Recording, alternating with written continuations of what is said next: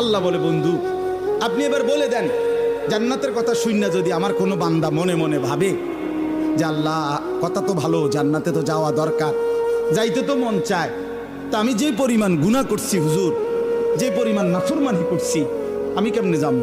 আমার তো গুনাহ অনেক বেশি। তা আল্লাহ বলেন, নাব্বি ইবাদি আন্নী আনাল গফুরুর রহিম। বন্ধু বলে দেন, বান্দা গুনাহ যত বেশি হোক কোনো অসুবিধা নাই, আমি আল্লাহ গফুর রহিম, আমি চূড়ান্ত ক্ষমাশীল, আমি চূড়ান্ত দয়াবান। আসমান পর্যন্ত যদি গুনাহ পৌঁছে যায়, কসম আল্লাহর আমি ওয়াদা দিলাম মাফ করে দেব। শুধু গুনাহ ছেড়ে দাও, আমার কাছে ফিরে আসো, চোখের পানি ফেলে মাফ চাও, আর করবা না, ওয়াদা দাও আমি 90 বছরের গুনাহ একসাথে মাফ করে দেব। মাফ করে দেব। তোমার জন্যই তো বানাইছিলাম জান্নাত বান্দা, আমি রাখতে দিয়ে লাভ কি? আমি তো দিতেই চাই।